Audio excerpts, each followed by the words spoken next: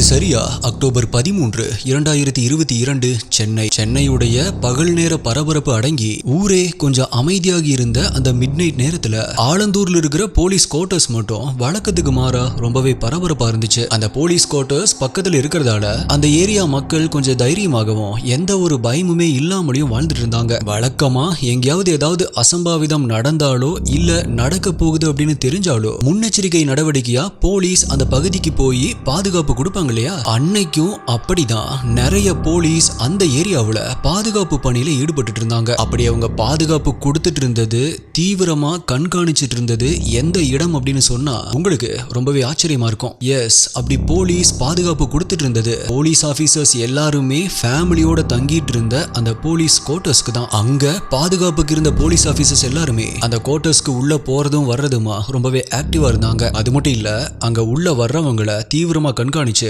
யாரு என்ன அப்படின்னு விசாரிச்சுதான் உள்ள அனுப்பிட்டு இருந்தாங்க. அப்படி அவங்க தீவிர கண்காணிப்புல இருக்கும்போதுதான் அந்த மிட் நைட் நேரத்துல மாணிக்கம் அப்படிங்கிற ஒரு நபர் அந்த குவார்டர்ஸ்குள்ள என்ட்ராக ஆரம்பிக்கிறாரு. வர்றவங்க எல்லாத்தையுமே ரொம்பவே தீவிரமா விசாரணை பண்ண போலீஸ் அவரை மட்டும் அந்த நேரத்துல வந்துமே எந்த ஒரு கேள்வியுமே கேட்கவே இல்லை. யாரு என்ன அப்படின்னு விசாரிக்கிறதுக்கு பதிலா அவரை ரொம்பவே பரிதாபமா பார்க்க ஆரம்பிக்கிறாங்க. அப்கோர்ஸ் அந்த நபரை பார்க்கறதுக்கு ரொம்பவே பாவமா தான் இருந்துச்சு. ஒரு மாதிரி தள்ளாடிக்கிட்டே வந்த அவரு ஒன்ஸ் அந்த கோட்டஸ்குள்ள வந்ததுமே அந்த நேரத்திலயுமே தூங்காம அங்க நின்னுட்டு இருந்த அத்தனை பேருடைய பார்வையுமே அவர் மேலதான் இருந்துச்சு. ஆனா அவரோ யாரையும் நிமிர்ந்து கூட பார்க்கவும் விரும்பல. அவருடைய கலங்குன கண்கள்ல ஒரு பெரிய சோகமே தெரிஞ்சது. அவருடைய தோற்றமும் நடவடிக்கைகளும் அவர் எதையோ இழக்க கூடாததை இழந்துட்டாரு அப்படிங்கறத சொல்லாம சொல்லிட்டு இருந்துச்சு. இப்போ அந்த கோட்டஸ்குள்ள நுழைஞ்ச அவரு ஒரு குறிப்பிட்ட வீட்டை நோக்கி நடக்க ஆரம்பிக்கிறாரு. அப்படி அந்த வீட்டுக்குள்ள அவர் என்ட்ரு ஆகும் போதே அங்கிருந்த ஆட்கள் அவரை பார்த்து அழுக ஆரம்பிக்கிறாங்க. ஆனா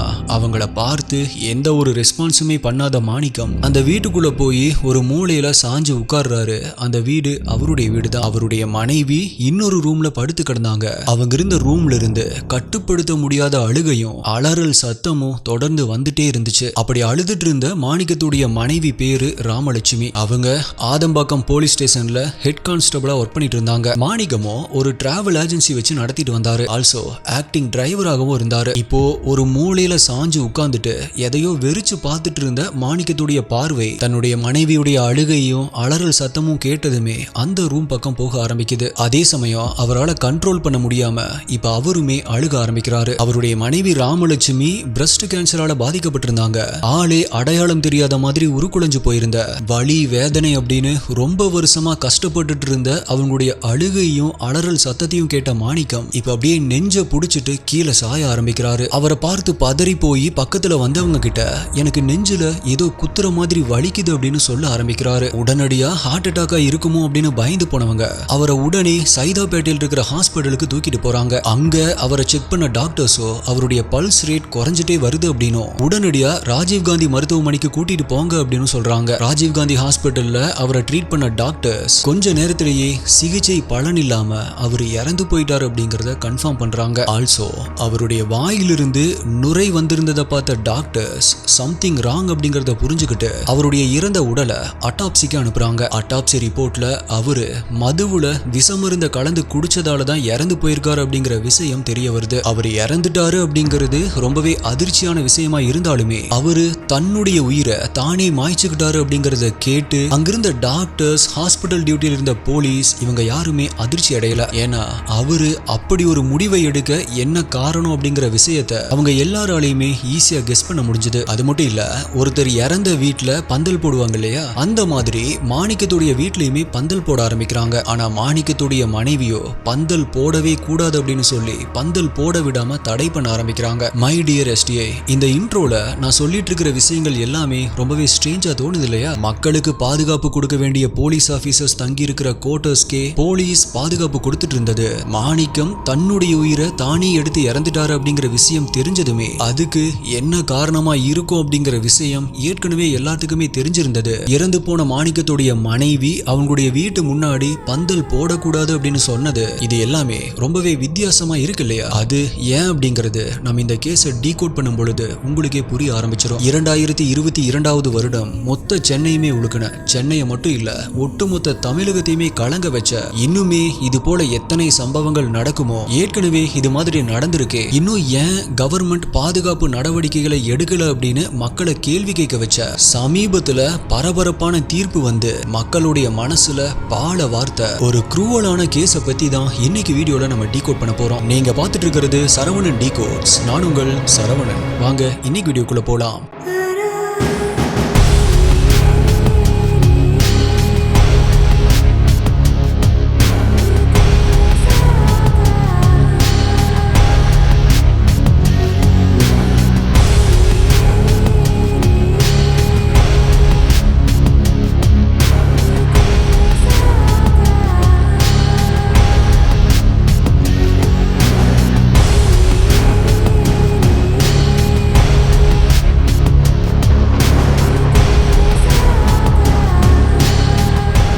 இப்ப இருக்கிற காலகட்டத்தில் ஆக்சிடென்ட்ஸ் இல்ல கிரைம்ஸ் மட்டும் இல்ல, கேன்சர் மாதிரியான சீரியஸ் இல்னஸஸ் கூட அன்எக்ஸ்பெக்டடா வரலாம். அப்படி வந்தா அதோடைய ஹாஸ்பிட்டல் பில்ஸ் லைஃப்ல சேர்த்து வச்ச மொத்த சேவிங்ஸுமே காலி பண்ணிரும். ஏன் சில சமயம் கடன் கூட வாங்க வேண்டி இருக்கும். ஒரு சின்ன வைரல் ஃபீவருக்கு ஹாஸ்பிட்டல் போனாவே 1000 ரூபாய்க்கு மேல ஆகுது. பிகாஸ் இப்ப மெடிக்கல் எக்ஸ்பென்சஸ் ரொம்பவே அதிகமாயிட்டு வருது. சோ உங்களுடைய ஹெல்த்தையும் மணியும் ப்ரொடெக்ட் பண்றதுக்கு பெஸ்டான ஒரு சொல்யூஷன் ஒரு ஹெல்த் இன்சூரன்ஸை எடுத்துக்கிறது தான். டிஸ்கிரிப்ஷன் பின்ட் கமெண்ட்ல இருக்கிற லிங்கை கிளிக் பண்ணி மாசத்துக்கு வெறும் 430 ஸ்டார்ட் ஆகுற ஹெல்த் இன்சூரன்ஸ் பிளான்ஸை பாருங்க. இதுலயே 1 crore வரைக்குமே கவரேஜ் கிடைக்கும். ஆல்சோ அந்த லிங்க் மூலமாவே லீடிங் கம்பெனிஸ் உடைய பிளான்ஸை கம்பேர் பண்ண முடியும். இதுல ஹிடன் சார்ஜஸ் இல்ல. உங்களுக்கு சூட் ஆகுற பிளான்ஸை நீங்களே சூஸ் பண்ண முடியும். அண்ட் 25% வரைக்குமே டிஸ்கவுண்டும் கிடைக்கும். மெடிக்கல் எக்ஸ்பென்சஸ்னால ரொம்ப பேர் ஃபினான்ஷியல் ட்ரபிள் இருக்காங்க. அதனால என்ன பொறுத்த வரைக்கும் ஹெல்த் இன்சூரன்ஸ் அப்படிங்கிறது ரொம்பவே முக்கியம். 30 minutes claim support, tax benefits under section 80D, dedicated relationship manager மாதிரி நிறைய பெனிஃபிட்ஸ் இருக்கு. ஃபர்ஸ்ட் டேல இருந்து டயபெட்டிஸ், பிபி மாதிரி இஷ்யூஸ்க்கு கவரேஜ் கிடைக்கிற பிளான்ஸும் இருக்கு. என்ஆர்ஐக்கு 18% ஜிஎஸ்டி டிஸ்கவுண்ட்டும் கிடைக்கும். இனிமே டீடைல்ஸ் தெரிஞ்சுக்க டிஸ்கிரிப்ஷன் பின்ட் கமெண்ட்ல இருக்கிற லிங்கை கிளிக் பண்ணி பாருங்க.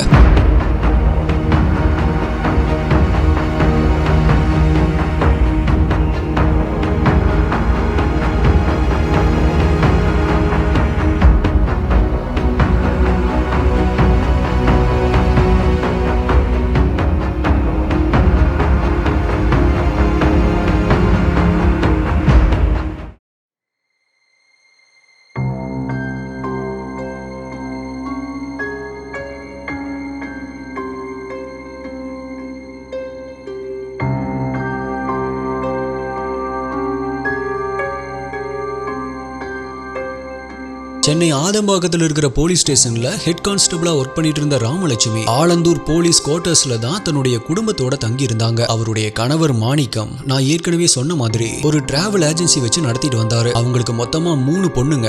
அதுல பெரிய பொண்ணுடைய பேரு சத்யபிரியா. அவங்க டி நகர்ல இருக்கிற ஜெயின் காலேஜ்ல பிகாம் செகண்ட் இயர் படிச்சுட்டு இருந்தாங்க. மத்த 2 பொண்ணுகளும் ஸ்கூல்ல படிச்சுட்டு இருந்தாங்க. ராமலட்சுமியுடைய ஃபேமிலி சைட்ல தடிக்கு விழுந்தா போலீஸ் மேலதான் விழணும் அப்படிங்கிற மாதிரி எல்லாருமே போலீஸ் டிபார்ட்மெண்ட்ல ஏதோ ஒரு வேலையில இருந்தாங்க. ஆனா அவங்களுடைய ஹஸ்பண்ட் மாணிக்கம் மட்டும்தான் இவங்களுக்கு சம்பந்தமே இல்லாத வேற பிசினஸ் பண்ணிட்டு இருந்தாரு. ஃபர்ஸ்ட் 2 குழந்தைகளுமே பெண் குழந்தைகளா இருந்ததால 3வது குழந்தை ஆண் குழந்தையா இருக்கும் அப்படிங்கிற எதிர்பார்ப்புல இருந்த மாணிக்கத்துக்கு 3வது குழந்தையுமே பெண் குழந்தையா பிறந்ததுமே ரொம்பவே அப்செட் ஆயிருக்காரு. அதனால தேவையில்லாம ஹஸ்பண்ட் அண்ட் ஒய்ஃப் குள்ள அப்பப்ப சண்டையும் வந்துட்டு இருந்திருக்கு. பட் என்னதான் ஒய்ஃப் கூட சண்டை போட்டாலுமே மத்த பொண்ணுங்களையும் நல்லபடியா பாத்துக்கிட்டாலுமே தன்னுடைய பெரிய பொண்ணு சத்யபிரியா மேல மட்டும் மாணிக்கம் உயிரையே வச்சிருந்தாரு. இப்படி அவங்களுடைய வாழ்க்கை ஒரு மாதிரி பேலன்சிங்கா போயிட்டு இருந்த அந்த டைம்ல தான் சத்யபிரியா காலேஜ் படிச்சுட்டு இருக்கும் போதே அவங்களுக்கு ஒரு கல்யாணம் பண்ணி வைக்கலாம் அப்படின்னு முடிவு பண்ணி ஒரு நல்ல அலைன்ஸா பார்த்து என்கேஜ்மெண்ட்டும் பண்ண ஆரம்பிச்சாங்க. என்கேஜ்மெண்ட் முடிஞ்சு சில நாட்கள் நல்லபடியா தான் போயிட்டு இருந்துச்சு. அப்பதான் ஒரு நாள் யாருமே எதிர்பார்க்காத, யாருக்குமே நடக்க கூடாத ஒரு சம்பவம் நடக்க ஆரம்பிக்குது. நான் இன்ட்ரோல சொன்ன அதே அக்டோபர் 13, 2022 டைம் அப்போ மதியானம் ஒரு 1 மணியை நெருங்கிட்டு இருந்துச்சு. டி நகர் ஜெயின் காலேஜ்ல ஈவினிங் காலேஜ் ஸ்டூடெண்டா படிச்சுட்டு இருந்த சத்யா பரங்கிமலை ரயில்வே ஸ்டேஷன்ல சென்னை பீச்சுக்கு போற ட்ரெயினுக்காக வெயிட் பண்ணிட்டு இருந்தாங்க. அப்போ தூரத்துல ட்ரெயின் வர்ற சத்தமும் கேட்க ஆரம்பிக்குது. உடனே அங்கிருந்த பெஞ்சில உட்கார்ந்துட்டு இருந்த சத்யா எந்திரிச்சு போய் பிளாட்ஃபார்ம் உடைய ஓரத்துல நிக்க ஆரம்பிக்கிறாங்க. அவங்களுடைய கவனம் எல்லாமே வந்துட்டு இருக்கிற அந்த ட்ரெயின் மேலதான் இருந்துச்சு. இப்ப ட்ரெயினுமே ரொம்பவே பக்கத்துல வர ஆரம்பிக்குது. அப்படி அவங்க நிக்கிற இடத்துக்கு ஒரு 20 அடி முன்னாடி ட்ரெயின் வந்துட்டு இருக்கும்போது திடீர்னு சத்யா ட்ரெயின் ட்ராக்ல விழுக ஆரம்பிக்கிறாங்க. அவங்க விழுகிறத லோகோ பைலட்டும் உடனடியா நோட் பண்றாரு. ஆனா நிறுத்தினா உடனே நிக்கிற வண்டியிலேயே ட்ரெயின் நடக்க கூடாதது எல்லாமே சில வினாடிகள்ல நடந்து முடிஞ்சிருது. என்ன நடந்துச்சு அப்படின்னு அங்க இருக்கிறவங்க ரியலைஸ் பண்றதுக்குள்ளேயே அங்கிருந்த ஒருத்தர் வேகமா பிளாட்ஃபார்ம்ல ஓட ஆரம்பிக்கிறாரு. ஆனா அவருக்கு முன்னாடி அவரை விட வேகமா இன்னொருத்தன் ஓடிட்டு இருந்தான். எஸ்டிஏ என்ன நடந்திருக்கும் அப்படின்னு உங்களுக்கே புரிஞ்சிருக்கும் அப்படின்னு நினைக்கிறேன். எஸ், சத்யபிரியா ட்ரெயின் முன்னாடி தானா விழல, ஒருத்தன் தள்ளி விட்டு தான் அவங்க விழுந்திருக்காங்க. அப்படி தள்ளி விட்டவனை தான் இன்னொருத்தர் துரத்திட்டு போக ஆரம்பிச்சாரு. ஆனா மின்னல் வேகத்துல ஓடுனவன் மெட்ரோ ஸ்டேஷன் பக்கமா போய் அப்படியே கூட்டத்துல கலந்துட்டதால அவனை உடனடியா பிடிக்க முடியாம போகுது. இப்ப ட்ரெயினுக்கு முன்னாடி சத்யா விழுந்ததை பார்த்ததும் பதறி போன மக்கள் உடனடியா ரயில்வே போலீஸ்க்கு இன்ஃபார்ம் பண்றாங்க. அவங்க வந்து ட்ரெயினை மூவ் பண்ணிட்டு பார்க்கும்போது சத்யாவுடைய தலை தனியா துண்டாகி போயிருந்துச்சு. உடம்பு மட்டும் 2 தண்டவாளத்துக்கும் நடுவுல கிடந்துச்சு. ஸ்பாட் டெத் அப்படிங்கறத புரிஞ்சுக்கிட்ட போலீஸ் இறந்து போன சத்யாவுடைய உடலை மீட்டு அட்டாப்சி பண்றதுக்காக சென்னை சென்ட்ரல்ல இருக்கிற ராஜீவ்காந்தி ஹாஸ்பிட்டலுக்கு அனுப்பி வைக்க ஏற்பாடு பண்றாங்க. தகவல் கிடைச்சதுமே அலறி அடிச்சுக்கிட்டு அங்க வந்த சத்யாவுடைய அப்பாவும் அம்மாவும் ரயில்வே ஸ்டேஷன்லயே கதறி துடிக்க ஆரம்பிக்கிறாங்க. அவங்கள கண்ட்ரோல் பண்ண போலீஸ் படாத பாடுபடுறாங்க. சத்யாவுடைய அம்மா ராமலட்சுமி ஒரு கேன்சர் பேஷண்ட் அப்படிங்கறதால அவங்கள கண்ட்ரோல் பண்ணி வீட்டுக்கு அனுப்பி வச்ச மாணிக்கம் தன்னுடைய பொண்ணுடைய உடல் கூடவே ஹாஸ்பிட்டலுக்கு போறாரு. நைட்டு 10-11 மணி வரைக்குமே அங்கேயே பிரம்ம பிடிச்ச மாதிரி இருந்த அவரை அங்கிருந்த போலீஸ் ஆபீசர் சமாதானப்படுத்தி வீட்டுக்கு அனுப்பி வைக்கிறாங்க. அப்படி வீட்டுக்கு வர்ற வழியில தன்னுடைய உயிரா நினைச்ச, தன்னுடைய உயிரை விட அதிகமா நேசிச்ச தன்னுடைய பொண்ண தலையை வேற முண்டம் வேறையா பார்த்த காட்சிகள் அவருடைய மனசை அலைக்கழிக்க ஆரம்பிக்குது. அவளை அந்த கொடூரன் கிட்ட இருந்து காப்பாற்ற முடியாத ஒரு பாவி ஆகிட்டோமே அப்படிங்கிற எண்ணம் அவரை ஆட்டி படைக்க ஆரம்பிக்குது. அந்த நினைவுகள் தந்த சித்திரவதைகளை தாங்கிக்க முடியாத மாணிக்கம் விஷத்தை வாங்கி அதை சரக்குல கலந்து குடிச்சிட்டு அதுக்கப்புறமா வீட்டுக்கு வந்திருக்காரு. சத்யாவை கொலை பண்ணிட்டு தப்பிச்சு போன அந்த சைக்கோவால சத்யாவுடைய ஃபேமிலியில யாருக்குமே ஆபத்து வந்துடக்கூடாது அப்படிங்கிறதுக்காக தான் அவங்க இருந்த போலீஸ் குவார்டர்ஸ்க்கு அவ்வளோ போலீஸ் பாதுகாப்பு போட்டிருந்தாங்க. பட் அந்த பாதுகாப்பை சத்யாவுடைய அப்பாவுக்குமே கொடுத்திருக்கலாம். நான் இன்ட்ரோல சொன்ன மாதிரி வீட்டுக்கு வந்து நெஞ்சு வலிக்குது அப்படின்னு சொல்லிட்டு ஹாஸ்பிட்டலுக்கு போன மாணிக்கம் திரும்ப வரும்பொழுது பணமா தான் வந்தாரு. ஆனா அவர் வரும்பொழுது தனி பணமா வரல, ஏற்கனவே இறந்து போயிருந்த தன்னுடைய மகளுடைய உடலோட தான் வீட்டுக்குள்ள வந்தாரு.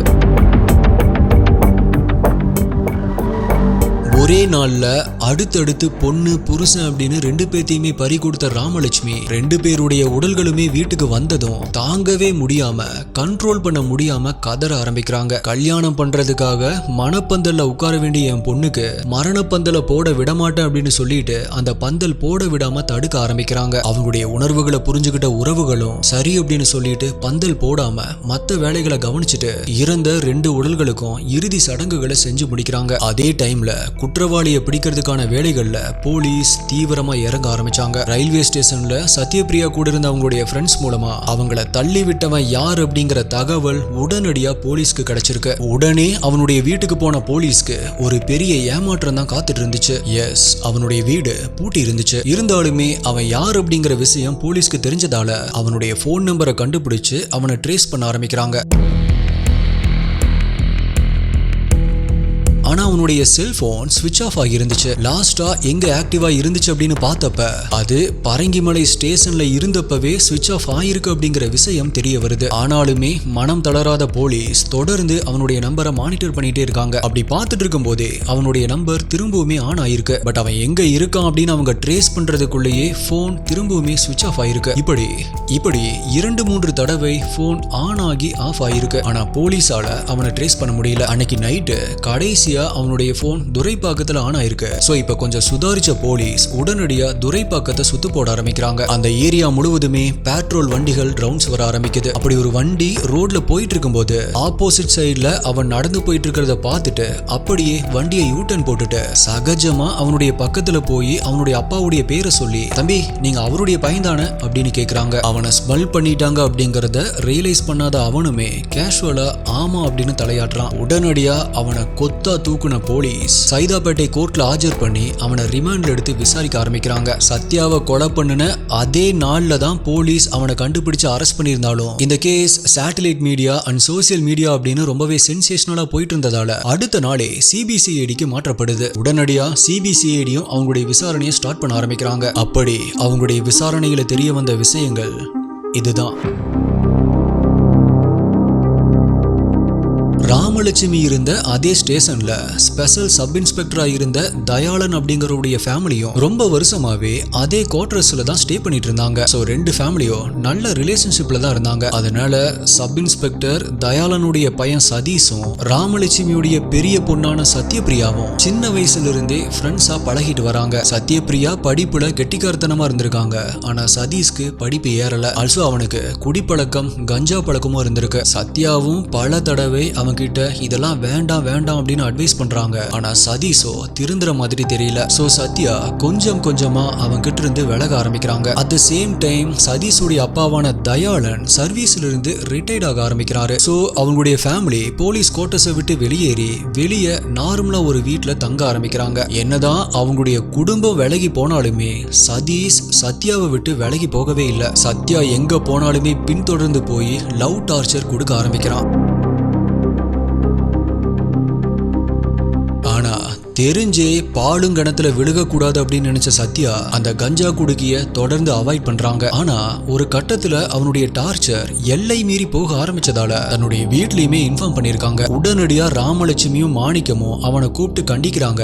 ஆனா அவனோ அதுக்கெல்லாம் அடங்குற மாதிரி தெரியல. சத்யா எங்க போனாலுமே அவனுடைய யமஹா R1 பைக்ல அவங்கள ஃபாலோ பண்ணி போய் தொடர்ந்து டார்ச்சர் பண்றத வழக்கமாவே வச்சுட்டு இருந்திருக்கான். அப்படி அடிக்கடி அவங்களுடைய காலேஜ் பக்கமுமே போக ஆரம்பிக்கிறான். இந்த மாதிரி தான் ஒரு நாள் மே 20, 2022 அன்னைக்கு சத்யாவுடைய காலேஜ்க்கு போன அவன் அத்தனை ஸ்டூடெண்ட்ஸ் முன்னாடியும் அவங்களுடைய தலைமுடிய புடிச்சு இழுத்து கீழே தள்ளி கொடூரமா தாக்க ஆரம்பிக்கிறான். இந்த விஷயத்தை கேள்விப்பட்ட ராமலட்சுமி இதுக்கு மேலேயும் சும்மா இருக்க முடியாது அப்படிங்கிற முடிவுக்கு வராங்க. உடனடியா வெஸ்ட் மாம்பலம் போலீஸ் ஸ்டேஷன்ல போய் புகார் கொடுக்கறாங்க. ஆனா போலீஸோ அவன் மேல சும்மா பெட்டி கேஸ் போட்டு வெளியே விட்டுறாங்க. சோ அப்படி வெளியே வந்த அவன் திரும்பவுமே சத்யாவை டார்ச்சர் பண்ண ஆரம்பிக்கிறான். அதனால அடுத்த 2 நாள்ல அவன் மேல திரும்பவுமே பரங்கிமலை ஸ்டேஷன்ல கம்ப்ளைண்ட் பண்றாங்க. பட் அது அவங்க ஏரியா இல்லையா. சத்யா ஃபேமிலி சதீஷ் ஃபேமிலி ரெண்டுமே போலீஸ் ஃபேமிலி அப்படிங்கறதால கேஸ் எதுவுமே போடாம 2 ஃபேமிலியுமே சும்மா கூப்பிட்டு சமாதானப்படுத்திட்டு அவனை வான் பண்ணி வீட்டுக்கு அனுப்புறாங்க. ஆனா கிட்டத்தட்ட 28-30 வயசு ஆகியுமே வேலை வெட்டிக்கு போகணும் அப்படிங்கிற அக்கறை இல்லாத ஒரு 20 வயசு பொண்ணுக்கு லவ் டார்ச்சர் கொடுத்துட்டு இருந்த குடிகார கஞ்சா குடிக்கி இதையெல்லாம் கேட்டுட்டு திருந்திருவா போறான். எஸ், அவன் திருந்துற மாதிரி தெரியல. சோ வழக்கமா பொண்ணை பெத்தவங்க இந்த மாதிரியான ஒரு பொறுக்கி தங்களுடைய பொண்ணு பின்னாடி சுத்தி டார்ச்சர் பண்ணிட்டு இருந்தா என்ன முடிவெடுப்பாங்களோ அதே முடிவை தான் ராமலட்சுமியுடைய ஃபேமிலியும் எடுக்கிறாங்க. எஸ், அது சத்யாவுக்கு ஒரு நல்ல மாப்பிள்ளையா பார்த்து கல்யாணம் பண்ணி வைக்கிறது தான். அவங்க நினைச்ச மாதிரி ஒரு நல்ல வரணும் வருது. சோ அந்த வரணையை பேசி முடிவு பண்றாங்க. பட் இதை கேள்விப்பட்ட சதீஷ் ரொம்பவே கோவப்பட ஆரம்பிக்கிறான். எப்பவும் போலதான் இந்த மாதிரியான சைக்கோ ஆட்களுக்கு தோணக்கூடிய அதே எண்ணம் தான் எனக்கு கிடைக்காதவ எவனுக்குமே கிடைக்க கூடாது அப்படிங்கிற அந்த கொடூரமான எண்ணத்துக்கு அந்த கொடூரமான முடிவுக்கு வரான். அதனால சத்யாவை எப்படியாவது கொலை பண்ணணும் அப்படின்னு டிசைட் பண்றான். சோ தொடர்ந்து அவங்கள ஃபாலோ பண்ணி சரியான சந்தர்ப்பத்துக்காக காத்திருக்க ஆரம்பிக்கிறான். இவன் தொடர்ந்து ஃபாலோ பண்ற தகவல் தெரிஞ்சதுமே சத்யா அவங்க வழக்கமா போற ட்ரெயினை விட்டுட்டு வேற ட்ரெயின்ல போக ஆரம்பிக்கிறாங்க. ஆனா அந்த கடைஞ்செடுத்த கிரிமினலோ அவங்களுக்கே தெரியாமலேயே அவங்கள தொடர்ந்து ஃபாலோ பண்ண ஆரம்பிக்கிறான். ரயில்வே ஸ்டேஷனுக்குள்ள வந்து ஒரு மறைவான இடத்துல உட்கார்ந்துட்டு சத்யா எந்த ட்ரெயின்ல ஏறுறாங்க, ட்ரெயின் வர்ற வரைக்கும் என்ன பண்ணிட்டு இருக்காங்க அப்படின்னு நோட் பண்ண ஆரம்பிக்கிறான்.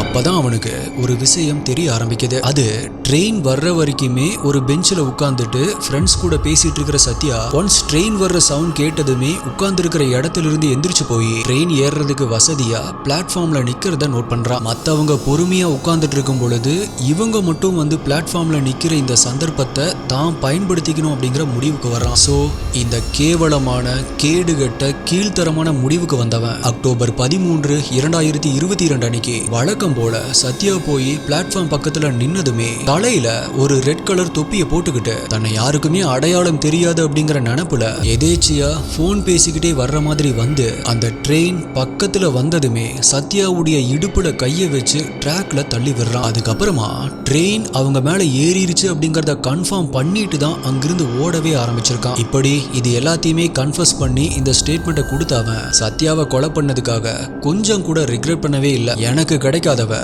வேற யாருக்குமே கிடைக்க கூடாது அப்படின்னு தான் போலீஸ்கிட்டையுமே சொல்லியிருக்கான். ஆல்சோ அந்த டைம்ல அவன் சத்யாவை கொலை பண்ணிட்டு அவனுமே செத்து போற ஒரு முடிவுல தான் இருந்தான் அப்படிங்கிற மாதிரி தான் மீடியால ஒரு நியூஸ் போயிட்டு இருந்துச்சு. ஆனா அவனுடைய ஆட்டிடியூடையும் கொலை செஞ்சுட்டு தப்பிக்க முயற்சி பண்ணதையும் பார்க்கும்போது அவனுக்கு கண்டிப்பா அப்படி ஒரு எண்ணம் இல்லை அப்படிங்கிறது தெளிவா தெரியுது. ஆல்சோ கொலை பண்ண உடனே அவனை தேடி போலீஸ் அவனுடைய வீட்டுக்கு போகும்போது அவனுடைய வீடு ஏற்கனவே பூட்டி இருந்துச்சு அப்படின்னு சொல்லியிருந்தேன் இல்லையா, அதனால அவன் கொலை பண்ண போற விஷயம் அவனுடைய வீட்டில் இருந்தவங்களுக்கு ஏற்கனவே தெரிஞ்சிருக்குமோ அப்படிங்கிற மாதிரியும் மீடியால பேச ஆரம்பிச்சாங்க. எது எப்படியோ இந்த கேஸ்ல ஐ விட்னஸ், சிசிடிவி ஃபுட்டேஜஸ், அவனுடைய மோட்டிவ் அப்படின்னு எல்லாமே கிறிஸ்டல் கிளியரா இருந்ததால 2 வருஷத்துல விசாரணையை முடிச்சு இப்ப 20 நாட்களுக்கு முன்னாடி டிசம்பர் 30, 2024 அன்னைக்கு 35,000 ரூபாய் ஃபைனும் 3 வருஷம் கடுங்காவல் தண்டனையும் அந்த சிறை தண்டனை அனுபவிச்சு முடிச்சதுக்கு அப்புறமா அவனுக்கு தூக்கு தண்டனை அப்படின்னு ஒரு அதிரடி தீர்ப்பை வழங்கி இருக்கு மகிழா ஸ்பெஷல் கோர்ட். இதுல வருத்தப்பட வேண்டிய ஒரு விஷயம் என்ன அப்படின்னா,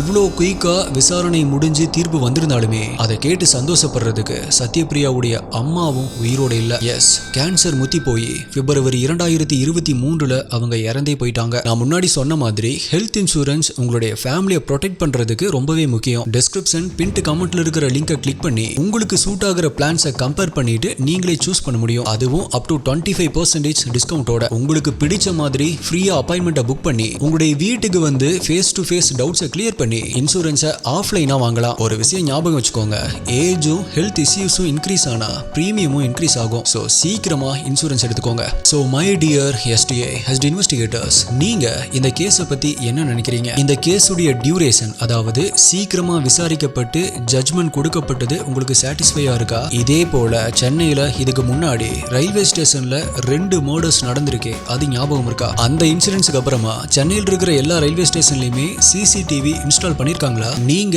சென்னையில் இருந்தீங்க அப்படின்னா உங்களுக்கு பதில் தெரிஞ்சது அப்படின்னா கீழே கமெண்ட்ல சொல்லுங்க. ஆனா அப்படி இன்ஸ்டால் பண்ணியிருந்தாலுமே அது குற்றவாளிய அடையாளம் கண்டுபிடிக்க தான் யூஸ் ஆகுமே தவிர குற்றத்தை தடுக்க உதவாது இல்லையா? ரயில்வே ஸ்டேஷன்கள்ல குற்றங்கள் நடக்காம தடுக்கிறதுக்கு வேற என்ன முன் ஏற்பாடுகள் செஞ்சா நல்லா இருக்கும் அப்படின்னு நீங்க நினைக்கிறீங்க? RPF உடைய எண்ணிக்கையை அதிகரிச்சா மட்டும் போதுமா, இல்ல வேற என்ன பண்ணலாம் அப்படிங்கிற உங்களுடைய கருத்துக்களையும் கீழே கமெண்ட்ல சொல்லுங்க. ஆல்சோ அடுத்தது என்ன கேஸ் வேணும், என்ன டாபிக்ல வீடியோ வேணும் அப்படிங்கறதையுமே கீழே கமெண்ட் பண்ணுங்க. உங்களுடைய பெஸ்டான கமெண்ட் அடுத்த வீடியோல வரும். வேற ஒரு வீடியோல மீட் பண்றேன். நன்றி, பாய்.